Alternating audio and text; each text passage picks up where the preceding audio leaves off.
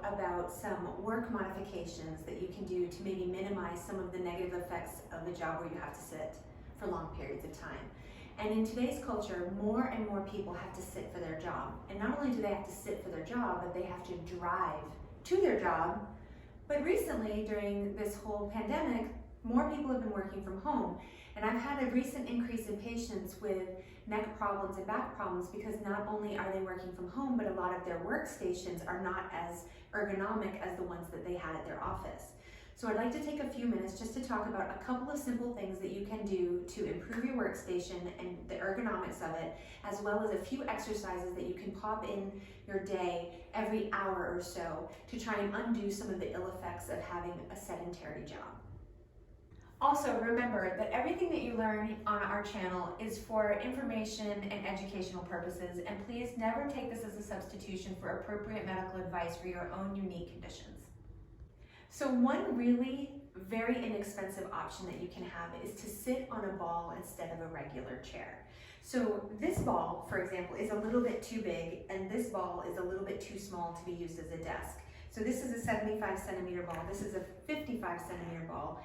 Most people are going to be either a 65 or a 75 centimeter ball, depending on their height. But how you decide the right height is this. If I'm sitting on the top of the ball, my hips should be slightly higher than my knees. So in this case, my hips are quite a lot higher than my knees. So if I either let a little bit of air out of this ball or I got a slightly smaller one, that would be ideal. Now, the reason why I like this as a chair is because it does a couple of things that a chair cannot do. One, it's very difficult to slouch on this ball. I can do it, but I have to kind of work at it. I have to it almost feels more unsteady. So it, generally speaking, forces you to have a more upright posture. Another huge positive of this is that a typical chair is very static. Your spine is kind of stacked up and it doesn't really move much. Even if you were to lean for something on a ball, in order for me to lean, there's a counter movement of the ball that doesn't occur on a chair. So you get more movement in the spine. And a lot of what happens in the human body is the human body doesn't want to be still and stationary for long periods of time.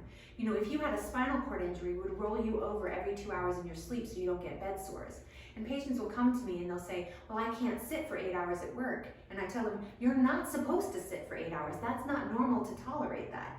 But our lifestyles dictate that we have to be able to sit for long periods of time. Or what I would suggest is breaking that up into maybe hour increments where you take 1 minute to get up, go to the bathroom, get a drink, and do a stretch, and then come back to work. There's even some evidence to suggest that that helps with your productivity as well. Taking a short break actually makes you more productive. So if your reason for sitting there and bearing down is to try and get more work done, arguably taking a small break would be helpful.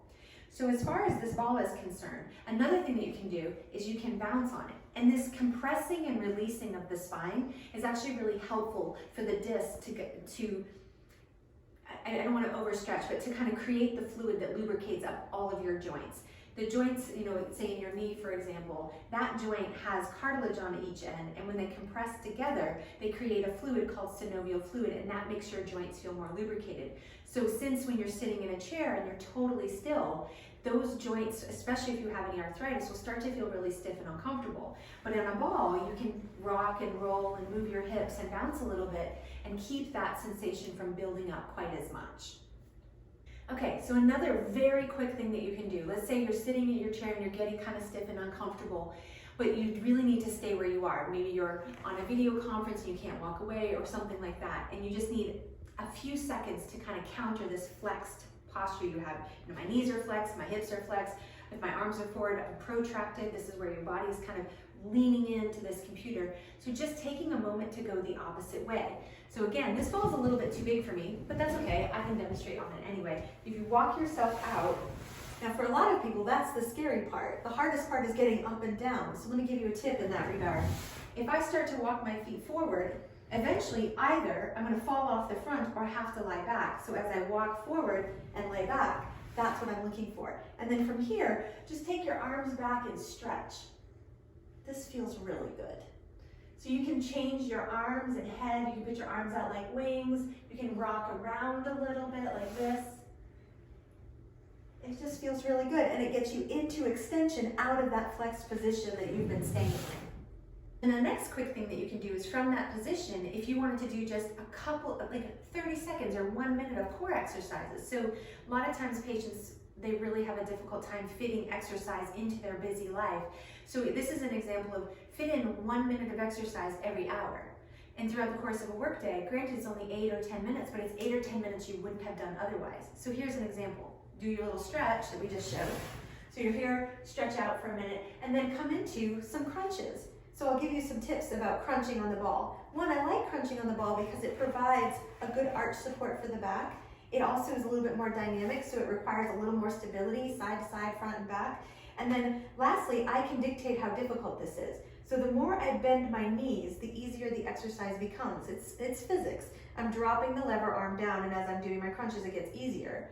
As I bring myself back, I'm going to make the exercise more difficult. So, and then the physics of this, if my hands are here, it's easier, a little bit harder, really hard. So here, don't pull on your head and neck, don't pull on your ears, don't pull on your neck like this. Just support the head and then come up. And when you're doing this, don't think about keeping the stomach flat so that you're reinforcing a good posture in the abdomen.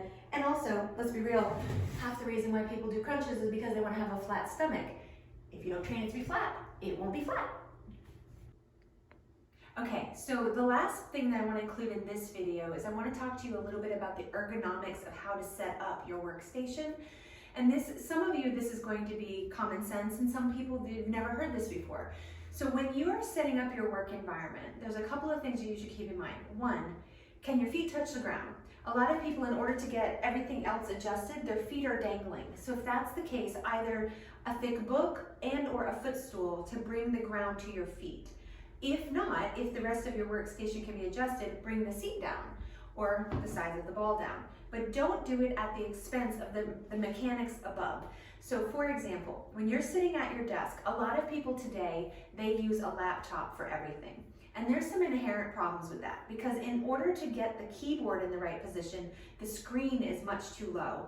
Or in order to get the screen in the right position, the keyboard is much too high. And ergonomically, this creates issues with the neck, shoulders, and so on. So what I would suggest is if you have a work laptop that you use most of the time, then I would get a separate keyboard and mouse. And then a stand, they sell these stands very cheaply now, where you can raise the screen up and then use a freestanding keyboard and mouse. So how you kind of assess how the best mechanical positions are. When you're sitting in your chair, so like I told you before, this chair is a little bit too high for me, so I'd let a little air out. And then if I were to bring my arms kind of like a Tyrannosaurus Rex at 90 degrees with my wrists relaxed, this would be the ideal position for typing, and mousing should be done directly beside it, not out here or reaching over or way over here. And the same thing with the keyboard. The keyboard should not be out here. This is a lot of strain on the shoulders and neck to hold your arms out. It's much better if they're in a relaxed position.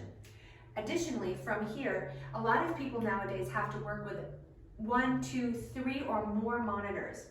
And I think this is an important tip for you, is if you have more than one monitor, so let's say you have 2 monitors that you have to use, and I want them in front of you in a V, and whichever one is your primary monitor, the thing that you do the most on, let's say in the morning you have it on the left side, and then you switch what you put on the monitor in the afternoon, the primary information will be on the right side. And the reason why is because even if your head is only turned, say 15 or 20 degrees to look at that monitor, if the majority of the time you're always turned to the left, you're going to start to shorten on the left, get more extensibility on the right, and eventually over time, it might develop into pain. A lot of my patients will say to me, oh, but I've done it like this forever, so it can't be that. And my argument is, it's because you've done it like that forever that you're having a problem. Your body will put up with your garbage for a long time before you develop symptoms. So by allowing yourself to switch halfway through the day, you're equally sharing the crappy mechanics of the job you have to do. If you have 3 monitors, the primary monitor is in the middle, the secondary and tertiary, and then you switch the secondary and tertiary information at lunch so that you can, again, share that wealth. I have another thing that a lot of patients have is they have a primary monitor and a laptop. So what they will often have is the primary monitor, and then their laptop is either off to the right or the left. And that's fine, but switch it halfway through the day so that, the position of the monitor, the secondary monitor, is not always in the same motion. Oops, I forgot this. Also, your monitor, when you're looking at it, if you drew a straight line out to the horizon, it should be about 10 degrees below the horizon, the center of your monitor. That's the position where your eyes are at most rest. And then another thing for you to keep in mind is your phone use. Nowadays, it's pretty rare for someone to have a regular phone. Back in the day, we used to have the phones with the little arches and you would hold them on your ear. Now what I see people doing is they're doing the same thing with a smartphone that's this big, and they have their head jacked all the way to their shoulder while they're doing something. Please stop doing that. It is really bad for your neck. So invest in some sort of hands-free earbuds or whatever that you can, Bluetooth earphones that you can keep your head in the right position. Additionally, if you have to use your hand, switch hands so you're not always holding it on the same ear. Weirdly enough, my husband has a weird habit. He will use his right hand to hold it on his left ear. I don't know what that is about, but every time I see it, I'm like, why are you doing that? It's so bad for you. He never does it the other way either. He only does it the right to left. It's very strange. He's a right-handed person. You'd think he'd be holding with the left and writing with the right. I don't know. But if you observe your life and you start to take time to look at the things that you do in your life that I call asymmetries, where you have a constant movement in one direction or a constant position in one direction, see if you can work on developing symmetry. So another example of this is if in your work you have a laptop bag or a suitcase that you have to carry because you travel a lot. Do you always wheel it in the same hand? Do you always carry it on the same shoulder? Do you always lift it up with the same hand? That sort of stuff over time creates problems. So work on your ability to use both sides of your body equally. I hope you guys find this helpful and that this helps you make your work environment, both at home and at the office and in travel, a little bit more ergonomic and a little bit safer, and keeps you out of my office.